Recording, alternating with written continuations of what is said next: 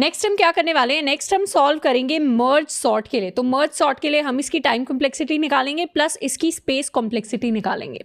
अब merge sort भी जो होता है वो डिवाइड एंड कॉन्कर जो अप्रोच होती है उसके ऊपर वर्क करता है।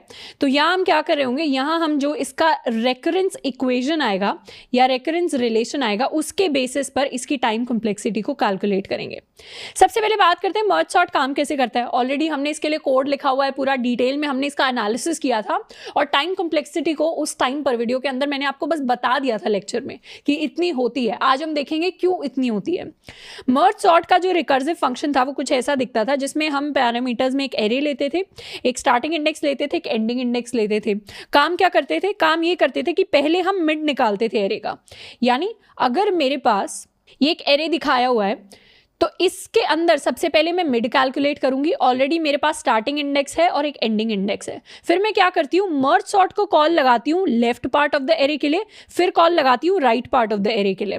तो इससे क्या होगा, मेरे मर्ज सॉर्ट को सबसे पहले कॉल लगेगी उसके लेफ्ट पार्ट के लिए एंड एक सेकंड कॉल लगती है किसके लिए, उसके राइट पार्ट के लिए। तो इस तरीके से हर लेवल पर दो कॉल्स लगती हैं। कौन सी दो कॉल्स रिकर्जन की, एक लेफ्ट पार्ट के लिए एंड एक राइट पार्ट के लिए। अब रिकर्जन में ये दो कॉल्स लगने के अलावा भी एक काम होता है। क्या काम होता है, मर्ज का काम होता है। यानी एक एक्सटर्नल फंक्शन कॉल हो रहा है जिसमें मैं अपने ये सारे पैरामीटर्स पास करती हूँ और ये फंक्शन मुझे कुछ काम करके देता है। अब ये फंक्शन कुछ काम करके दे रहा है तो मतलब इसका भी अपना कुछ टाइम लगता है, ये भी अपने कुछ ऑपरेशंस परफॉर्म कर रहा है और इस फंक्शन की भी अपनी कोई टाइम कॉम्प्लेक्सिटी है। तो क्या मैं कह सकती हूँ एक सिंगल कॉल के अंदर अगर मेरे मर्ज सॉर्ट के अंदर बेस केस हिट होता है तब तो मेरा कांस्टेंट टाइम लगता है, लेकिन ये जो ऑपरेशन है ये कांस्टेंट टाइम में परफॉर्म होगा। ये जो मर्ज सॉर्ट है इसके कॉल्स हम एनालाइज करेंगे कि रिकर्सिव फंक्शन कितने टाइम में परफॉर्म होगा, पर ये मर्ज फंक्शन है इसकी अपनी एक टाइम कॉम्प्लेक्सिटी है जिसको सबसे पहले मुझे निकालना पड़ेगा, क्योंकि मर्ज सॉर्ट के अंदर इस मर्ज फंक्शन की भी टाइम कॉम्प्लेक्सिटी काउंट करती है। तो सबसे पहले क्या करेंगे, इस मर्ज फंक्शन की टाइम कॉम्प्लेक्सिटी को हम निकाल लेते हैं। तो मेरा मर्ज फंक्शन में कुछ ऐसे लिखती थी। मेरे मर्ज फंक्शन के अंदर सबसे पहले मैं एक टेम्पररी एरे बनाती थी। तो मेरा यहां पर कुछ इस तरीके से एक टेम्पररी एरे बन जाएगा।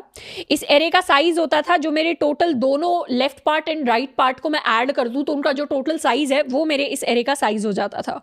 वर्स्ट केस में, यानी जिसमें मेरा आधा एरे जो है वो n/2 साइज का है और मेरा दूसरा उसका हाफ पार्ट कितने साइज का है, ये हाफ पार्ट भी मेरा n/2 साइज का है। तो इस केस में मेरा जो टेम्पररी बनेगा, मतलब लार्जेस्ट टेम्पररी जो बन सकता है वो बन सकता है मेरे पास n साइज का।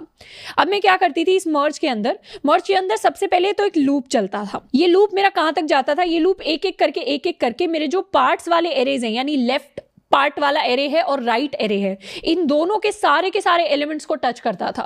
तो वर्स्ट केस की अगर मैं बात करूं, जब मेरे पास सबसे ज्यादा पार्ट्स होंगे, वो कौन सा केस होगा, जिसमें मेरे हाफ पार्ट के अंदर n/2 एलिमेंट्स होंगे और मेरे सेकेंड हाफ के अंदर भी n/2 एलिमेंट्स होंगे।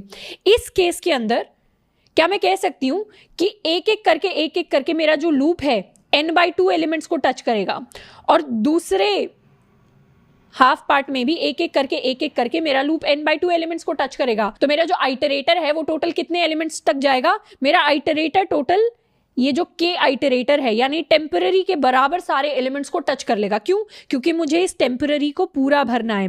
वर्स्ट केस में टेम्पररी का साइज n है, वर्स्ट केस में लेफ्ट हाफ का साइज n/2 है, राइट हाफ का साइज n/2 है। तो क्या मैं कह सकती हूँ left half plus right half will be n/2 plus n/2। तो टोटल कितना हो जाएगा, टोटल हो जाएगा n के बराबर, which is also equal to temporary का जो भी साइज है। यानी वर्स्ट केस में मेरे पास क्या आएगा, टेम्पररी के बराबर साइज का मुझे अपना आइटरेटर k को चलाना पड़ेगा। ये k हर बार यहाँ पे भी इस लूप में भी प्लस प्लस हो रहा है और इन दोनों लूप्स में भी प्लस प्लस हो रहा है। तो k की वैल्यू 0 से लेकर n तक जाएगी। तो क्या मैं कह सकती हूँ ये जो मेरे तीनों लूप्स मिलाकर हैं, इन तीनों लूप्स की टाइम कॉम्प्लेक्सिटी n के बराबर होगी।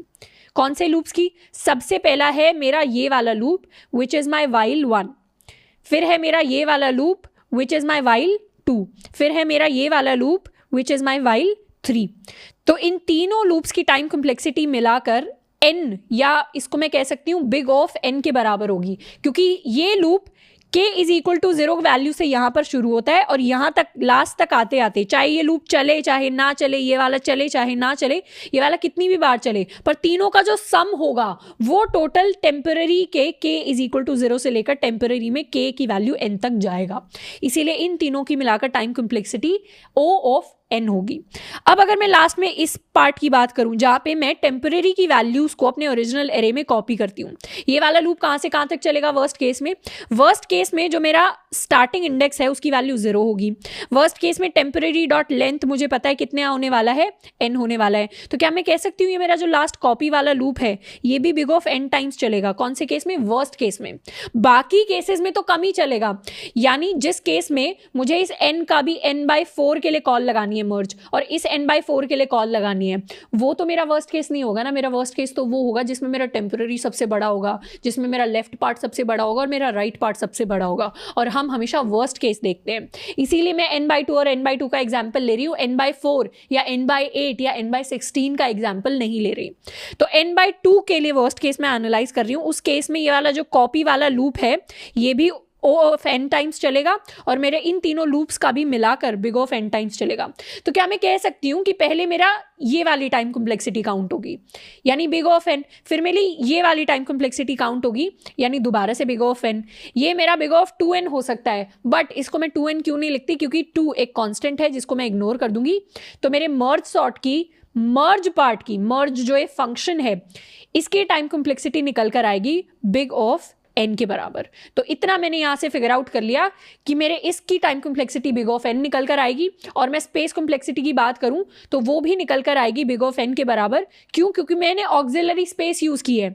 मेरी ऑक्सिलरी स्पेस क्या है? मेरी ऑक्सिलरी स्पेस मेरा टेम्पररी एरे है। वर्स्ट केस में ये कितनी होगी? वर्स्ट केस में बिग ऑफ n के बराबर होगी। तो यहाँ पर मेरी स्पेस कॉम्प्लेक्सिटी भी बिग ऑफ n होती है और टाइम कॉम्प्लेक्सिटी भी बिग ऑफ n होती है। किसके लिए? मर्ज सॉर्ट के लिए नहीं, मेरे मर्ज फंक्शन के लिए। अब मैंने मर्ज फंक्शन की निकाल ली है, अब मैं मर्ज सॉर्ट की time complexity and space complexity को एनालाइज करूंगी। अब सबसे पहले बात करते हैं मर्ज सॉर्ट की टाइम कॉम्प्लेक्सिटी के बारे में।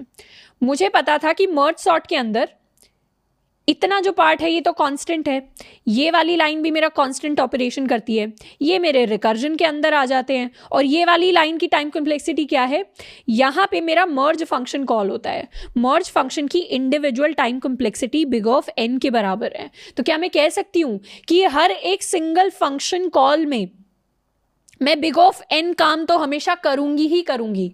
ऐसा इसलिए क्योंकि हर एक सिंगल फंक्शन कॉल के अंदर मेरा मर्ज तो कॉल होगा ही, और मर्ज की worst case time complexity big of n के बराबर है। तो हर एक सिंगल फंक्शन कॉल में जब तक मैं बेस केस हिट नहीं करती, बाकी सारे कॉल्स में मेरे पास बिग ऑफ n की टाइम कॉम्प्लेक्सिटी हमेशा होगी। तो जहां पर पहले सारे रिकर्सिव फंक्शंस में हम सिंगल कॉल के अंदर कॉन्स्टेंट टाइम लेते थे, इस बार ये टाइम कॉन्स्टेंट नहीं है, इस बार ये टाइम है मर्ज फंक्शन के कॉल्स के बराबर या मर्ज फंक्शन की टाइम कॉम्प्लेक्सिटी के बराबर, which is big of n।